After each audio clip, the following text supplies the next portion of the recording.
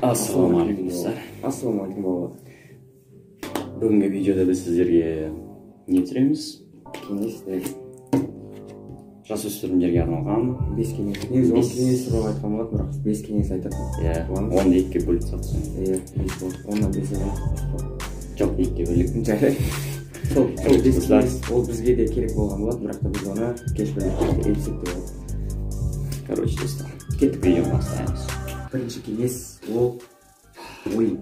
Ойын ойнауды болмайды.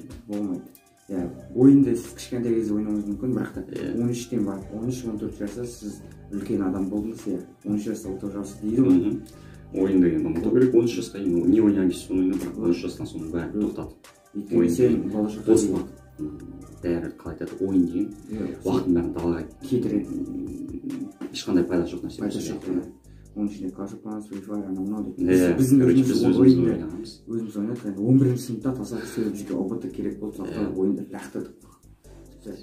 Короче, достар, бір сөзбен айтқанда, ойын мүлдем керек емес. Бұл жерде тағы бір мысалды айтып өтейік. Біздің сөзіміздің нақты екеніне факт беріп Зиз көбісі біледі шығар біздің каналда. Зиз, короче, өзінің Warcraft деген ойында персонажы болған өзін, соны улучшать етіп отырған, айтады, жоғарғы деңгейге көтеріп левелға жеткен, сосын аккаунтын алып сатқанда, сол сатқан ақшаға тренажерға абонемент сатып алған. Ми көріңіздер, бұл жерден тағы да бір нәрсе айтып кетсек, ол негізгі мағынасы ол ойындағы бір керек емес, мүлдем өзіне пайдасы жоқ нәрсе. Персонажды улучшать еткенше өзінде шын өмірде тренажерный залға барып улучшать ет деген сияқты мағына бар. Және қазір бәрі таниды соның арқасында көрінсе. Сосын келесі екінші. Ол екінші бізде қазір қалай айтады 13 жасөспірімдік 13 жастан 18 жасқа дейін жалғасады. Және сол кезде адам көбінесе қалай айтады махаббат, жігіттер қыздарға барып, қыздар жігіттер қалай айтады, жігіттермен короче сондай кетеді, көбісі сондай болып кетеді, бірақ ол кезде ешқандай пайдасы жоқ шынымызды айтсақ.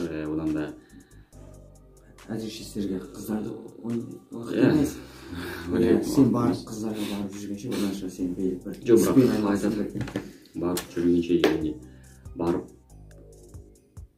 жүрсең де болды, бірақ енді бүкіл уақытында сен қыздың артынан сен неңді ұмытпай өзің не істеу керек енді, сабақ оқу керек енді, тағы не мақсатыңды өз мақсатыңды ешқашан ұмытпа. Сол кезде нағыз махаббат болады. Жоқ, анау әрқашан егеріп айтайын деген сөз бар. Егеріп айтайын. Олар өзіне жүретін емес, нағыз ісі бар, мақсатында жақсы көреді. Мысал болатын болса, тағы да мысал, екінші мысал. Школа мысалы да, сабақтың бәрін жақсы оқиды.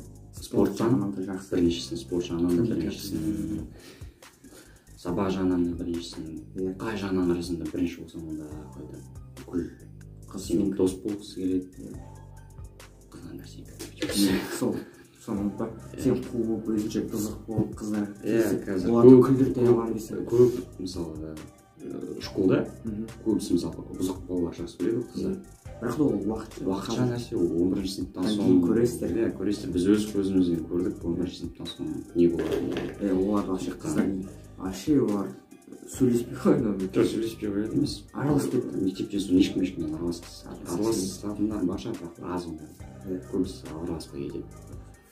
Сол екінші кеңес осы болады. Үшінші кеңес негізінен спортпен айналысыңыздар достар. Спорт ол өмір кепілі дейді ма, айтады. Денсаулық кепілі. Өмірдің де кепілі. Себебі сіз спортпен айналысу арқылы сіз өзіңіздің белсенді болады, яғни қанағат болады. Отырып жата берсеңіз айтқанда өз денсаулығыңызды түзейсіз ғой. Сосын сіздің интеллектуалды қасиеттеріңіз, яғни сіздің интеллектіңіз де көтеріледі, яғни сабаққа деген белсенділігіңіз көтерілетін болады. Ата-аналарыңызға түсіндіріңіздер, спортқа қатысу керек. Сол кезде сіз өзіңізге ең бірінші сенімділігіңіз артады, сіз сабақта да жақсы оқуға қорықпайсыз, балалардың алдына шығуға. сондай сенімділік қалай айтады, ең бірінші спорт мысалы бізге өзімізге берген қалай айтады 11-ші сынып 9-шы сыныпта ма нешеден бастадық? 9 қой. 9-10 сондай сыныптарда спортпен айналысуды бастадық. Біз спорттан не алдық? Спорттан қалай айтады, характер ол. Тек қана спорт деген ол спорт болып қалмайды, ол сенің өміріңе де. Мысалы НТ-ға дайындалған кезде де бізге ұнамайтын нәрсені біз істеуді үйрендік деген сияқты. Жасай маған керек есеп шығар. Бірақ қалайда спортты ұнамауы мүмкін емес. Спорт деген ол деген жай неден қараған кезде жақсы спорт жақсы. Сосын 4-шіге көшсек. 4-ші ол зиянды әдеттер. Зиянды әдеттер. Оның ішінде арақ, темекі, сосын пиво. Темекі ол өкпеге зиян, арақ сенің бүкіл денеңе зиян, болашағыңа зиян. Бір сөзбен айтқанда, осындай 13-тен 18 жасқа дейін көбісі сондай зиянды әдеттерге қызығады. 13 пен 18-дің арасында сені қалыптасатын, яғни сен арақ ішкен, өз мінезің қалыптасатын кез ғой. Бұл кезде пайдаланып қалуың керексің. Зиянды әдеттер сіз.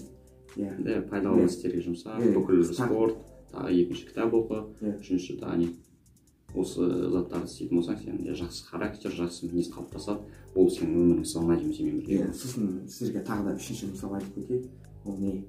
Пиво туралы. Мысалы емес, шындық пиво ішкен кезде еркектерде қыздардың гормондары түседі, көбейеді, оның террас майы пайда болады, сосын одан қарын пайда болады, сосын некрасив, әдемі намай. Қол бүкіл жерде тері астында май пайда болады. Ондайды ешкім қаламайды ғой. Оның не керегі бар деген сияқты. Соқтан да келесіне өтейік. Бесінші ол осы зиянды әдеттер сіздерге қайдан келеді деп ойласаңыздар, ол сіздің араласатын адамдарыңыздан пайда болады. Бір сөзбен айтқанда, қоршаған ортаңызды, өзіңіздің араласатын адамдарыңызды барлығын қалай айтса болады, дұрыс таңдаңыздар. Дұрыс таңдаңыз. Содан соң сіздер тағы да бірдеме айта кетейік. Қоршаған ортаңды сен өзің таңдай алмайсың. Мысалы, сен университетке түскен кезде сен әр қаладан келген, басқа елден келген балалар болады. Сен қалай айтса болады, оларды сен өзің таңдай алмайсың ғой. И сен ол кезде сен солардың артынан еріп кетпей, көптің артынан еріп кетпей, сен өз жеке пікірің болу керек. Мысалы, келген балалар мысалы шегін болса, сен солармен бірге ішесің бе, ішіп кету, шегіп кету деген сияқты емес. Сен керісінше оларға спортпен айналысыңдар, жүріңдермен бірге тренажерный залға барыңдар деген сияқты. Егер саған кеңестер айтыңдар деген сияқты. жатса, ішпе, кете бар. Ол тек қана не емес, универде емес, мектепте де болады. Қазір көп мектепте қалай айтса болады. Солай тағып кеткен кальян, электронный кальян бәрі. Сен алдайды ғой. Темекі. Тәуекел соқтан тәуекелден қаш. Тәуекелдікке, оданша тәуелсіз мемлекет. Тәуелсіз адам пайдалы. Тәуелсіз адам. Сосын келесі кеңес та. Келесі орыс тілінде ағылшын. Сосын ең соңғы плюс комбо. Бұл тіл. Тіл үйрену керек. Себебі тіл сенің болашағың кезде болады. Егер сен ағылшын тілін біліп тұрсаң, сен кез келген жер сен жұмысқа жай ғана ала салмайды, сен жұмысқа жылы болады. Сосын ағылшынша ақпарат көп, сіз кез келген нәрсені ағылшынша іздесеңіз, сіз оны таба аласыз. Көзіңіз ашылады деген сияқты ғой. Көзіңіз